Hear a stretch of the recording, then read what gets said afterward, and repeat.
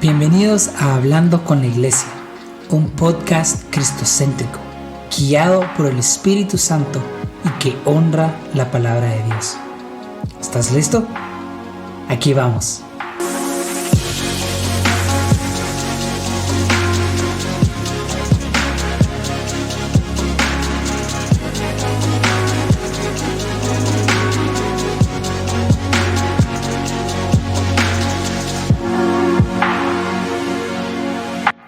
¿Qué tal, iglesia? ¿Cómo están? Soy Esteban y el día de hoy tenemos nuestro cuarto episodio de la serie Somos Iglesia. Honestamente me he disfrutado muchísimo esta serie y ha estado increíble, pero lamentablemente hoy llega a su final. Pero vamos a tener más episodios y más contenido buenísimo. Así que quiero terminar esta serie con un tema candente e intenso. Pero creo que es muy necesario tocar este tema en esta serie de bases y de fundamentos. Así que quiero empezar directamente porque hay muchísimo contenido y varias cosas que quiero hablar, así que le vamos a entrar de una.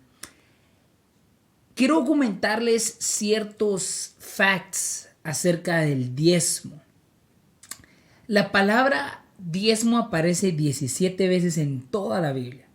Una sola vez en el Nuevo Testamento, que se encuentra en Mateo 23, y 16 veces en el Antiguo Testamento. La primera vez que la palabra diezmo aparece en la Biblia es en Levítico 27:30. Y quiero leérselos, dice así: así pues, todo el diezmo de la tierra, de la semilla de la tierra o del fruto del árbol es del Señor. Es cosa consagrada al Señor. Esto fue lo que Dios le dijo a Moisés en el monte Sinaí, cuando él estuvo buscándolo y ayunando, ¿verdad? Allí fue cuando el Señor le revela muchísimas cosas y una de las cosas que le revela es el diezmo. ¿Cómo va a funcionar esto? Desde el principio el diezmo estaba enfocado en Dios. El enfoque no era para nosotros, ni era para los pastores, ni era para la abundancia de los ministerios. ¿Cómo así? Cuando el enfoque es de nosotros, es de si yo doy mi diezmo, Dios me va a bendecir o me va a dar más dinero a mí. El enfoque de los pastores o de los ministerios, como muchos lo tienen, es que si me dan sus diezmos a mí o a mi congregación, Dios les va a dar más a ustedes. Ahora, aquí vemos que se empieza a tergiversar el propósito y el contexto original del diezmo. Vean el contexto de la creación y el uso del diezmo por primera vez, ¿verdad? Originalmente en la Biblia.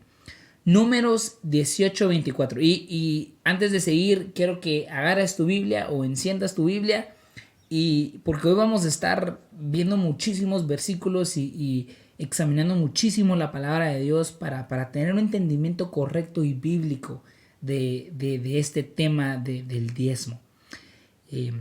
Entonces, Números 18:24 dice: porque el diezmo de los hijos de Israel, el cual ofrecen como ofrenda al Señor, yo lo he dado a los levitas por heredad. Por tanto, he dicho en cuanto a ellos, entre los hijos de Israel no tendrán heredad, hablando de los levitas.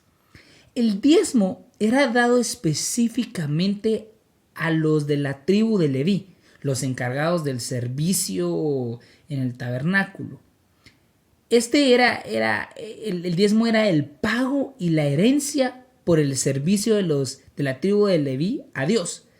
Como ese era su trabajo y no podían hacer nada más, de algo tenían que vivir, pues. Y por eso se creó el diezmo, con el propósito de darle pago y herencia al servicio de los de la tribu de Leví. Entonces, ese es el primer fact, cuántas veces se menciona la palabra diezmo en el Antiguo y en el Nuevo Testamento y cuál es el contexto y el propósito original de Dios. Ahora, el segundo fact que quiero mencionar acerca del diezmo es que el diezmo nunca fue dinero. Yo sé, mind blowing. Les rompí la cabeza con esto seguramente. El diezmo en la Biblia jamás fue dinero. El diezmo siempre fue semillas, frutos o ganado. Así como lo leemos en Levíticos 30:27. Todo el diezmo de la tierra, de las semillas o del fruto del árbol o la producción de la tierra, ¿verdad? Es del Señor, cosa sagrada al Señor. Aquí nos damos cuenta que el diezmo nunca fue dinero.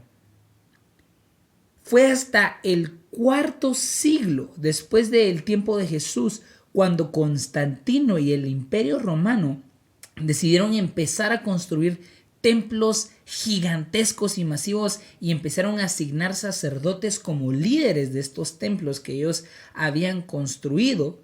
Y fue hasta este momento en que el diezmo se volvió monetario y obligatorio para todos los seguidores del cristianismo en esa época. Pero la iglesia del Nuevo Testamento, es decir, la iglesia después de la venida de Jesús a la tierra, jamás pidió diezmos. Otra vez.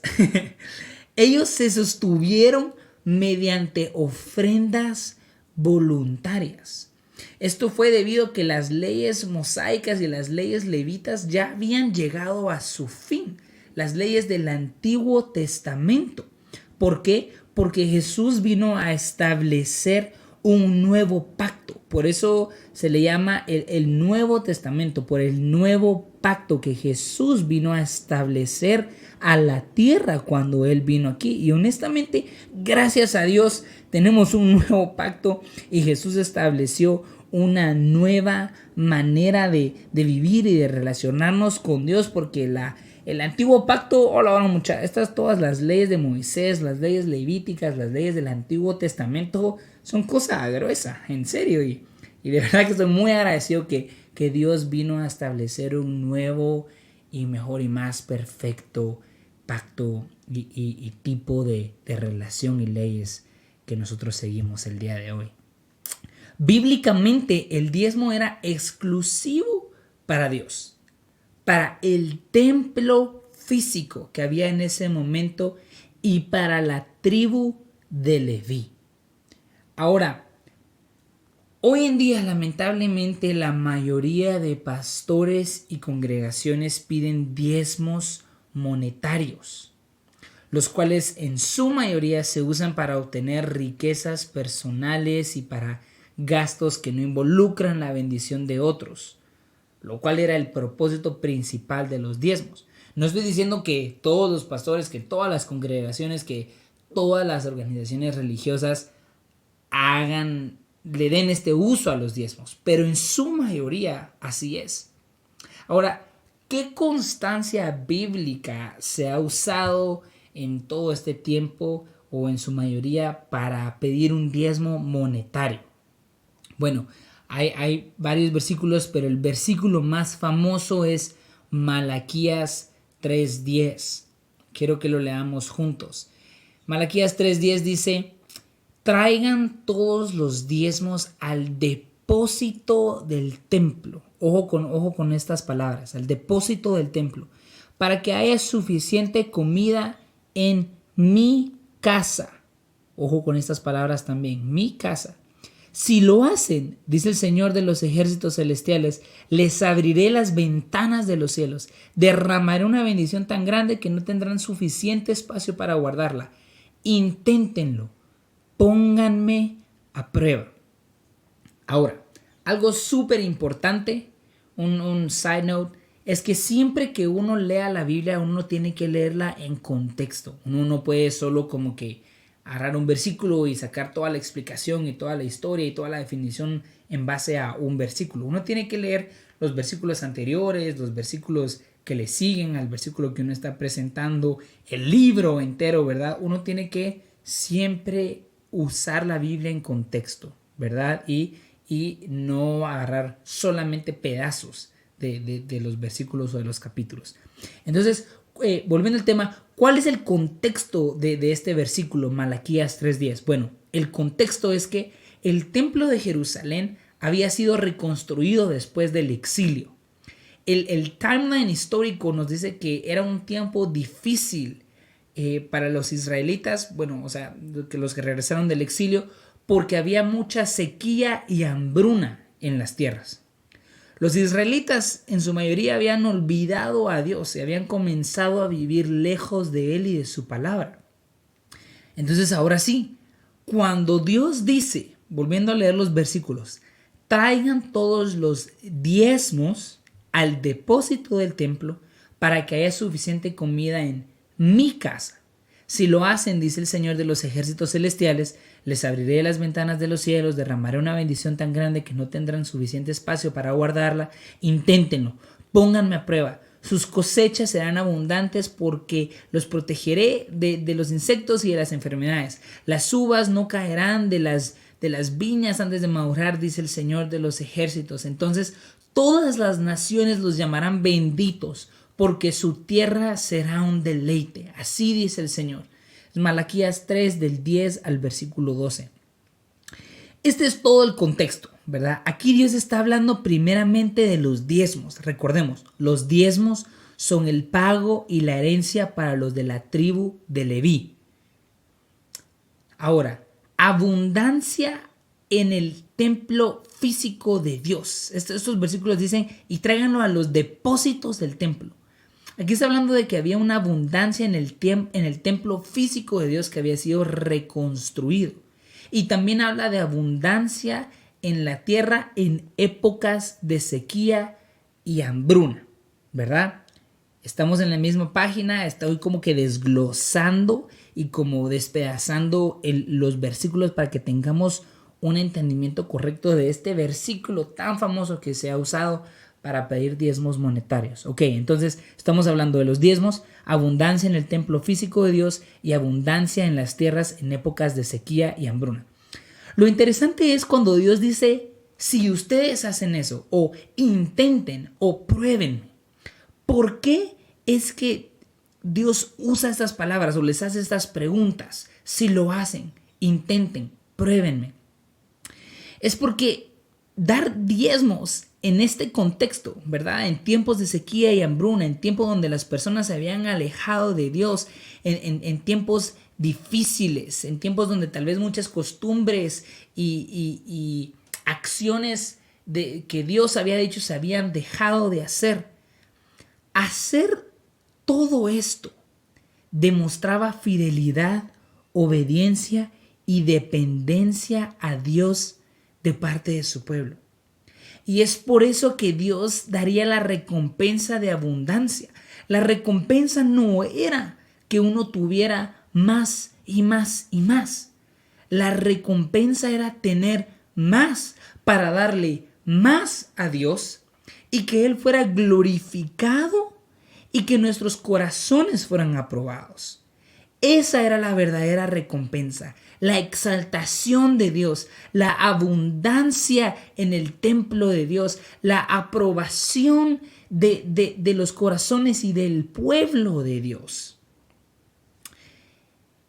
Y entonces cuando uno desglosa verdaderamente este versículo tan famoso, cuando uno lo lee detenidamente, cuando uno lo estudia, uno se da cuenta que se ha tergiversado el mensaje principal. O sea, el versículo es claro de lo que Dios está hablando, pero nosotros le hemos dado nuestra propia como interpretación, como propio uso, que en su mayoría nos beneficia solo a nosotros mismos y no a la gente, no a los necesitados. Y mira, hoy en día tú aún puedes ofrendar una 10% o más si lo deseas. Yo conozco a ministros y a personas que ofrendan el 90% de sus ingresos y se quedan solamente con el 10% de estos. Ahora, eso es algo muy personal, eso es algo que uno tiene que orar y uno tiene que decirle a Dios, ok, Señor, yo estoy dispuesto a ofrendar, yo estoy dispuesto a darte esta cantidad, ¿verdad? No es que ahora haya una ley, ¿verdad? Escrita en piedra donde diga todos tienen que ofrendar esto, todos tienen que dar esta cierta cantidad. No, sino eso es algo más personal, algo que tú tienes que hablar con Jesús. Cuando tú estés teniendo tus tiempos de intimidad, tus tiempos personales con Dios, lleva todas las preguntas, todas tus proyectos, todos tus planes, todas tus tal vez preocupaciones, todo lo que tú quieras hacer, llévalo delante de Dios, porque Dios es un Dios personal, Dios es un Dios al que le importan las cosas pequeñas, las cosas grandes, las cosas diarias, las cosas ocasionales, y obviamente también le importa lo que hacemos con nuestras finanzas y con los recursos que nos ha dado. Entonces, una vez tú ya hayas, ¿verdad?, determinado, ¿verdad?, cómo tú quieres ofrendar, tú lo puedes hacer. Tal vez ya no sea, ¿verdad?, una ofrenda o un diezmo al templo físico de Dios, como lo eran en el Antiguo Testamento, en los versículos que leímos. Pero sí puede ser para el templo vivo de Dios, tú y yo. Tal vez la ofrenda ya no va a ser para los servidores de la tribu de Leví, pero sí para los servidores de Dios y su pueblo, tú y yo. Hay gente que de verdad le sirve a Dios e invierte sus recursos en las personas en vez de acumularlos como riqueza personal y usar este dinero, esta ofrenda para comprar cosas materiales que son extravagantes e innecesarias. De verdad que nos animo a que busquemos la gente correcta para ofrendarle. Cuando tú mismo veas gente en necesidad o gente que puede ser bendecida mediante tu ofrenda, no pienses dos veces en ofrendarle a estas personas. Nos reto a que pensemos, analicemos y oremos si verdaderamente nuestras ofrendas o bien diezmos, si lo sigues viendo así, están yendo al lugar correcto, están yendo a las personas correctas y se le está dando un uso correcto. Si nosotros ofrendamos de la manera correcta, veremos a Dios ser honrado, al mundo ser bendecido y tú y mi corazón ser aprobado.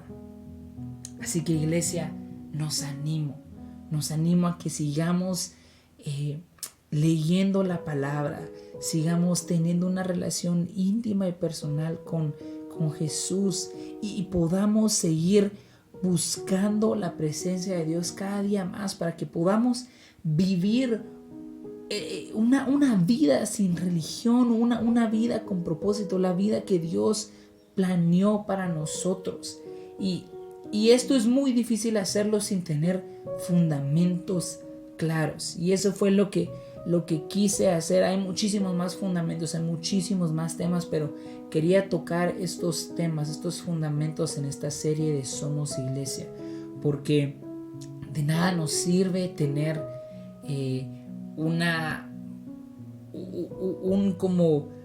un fundamento, una base que no está bien establecida, no está bien construida, porque si llegamos a construir en eso, tarde o temprano se va a derrumbar o tarde o temprano va a fallar. Pero si establecemos nuestros fundamentos en la palabra de Dios, en nuestra relación con Jesús, en lo que Dios nos dice cuando buscamos su presencia, seguro seremos la iglesia que Dios quiere que seamos.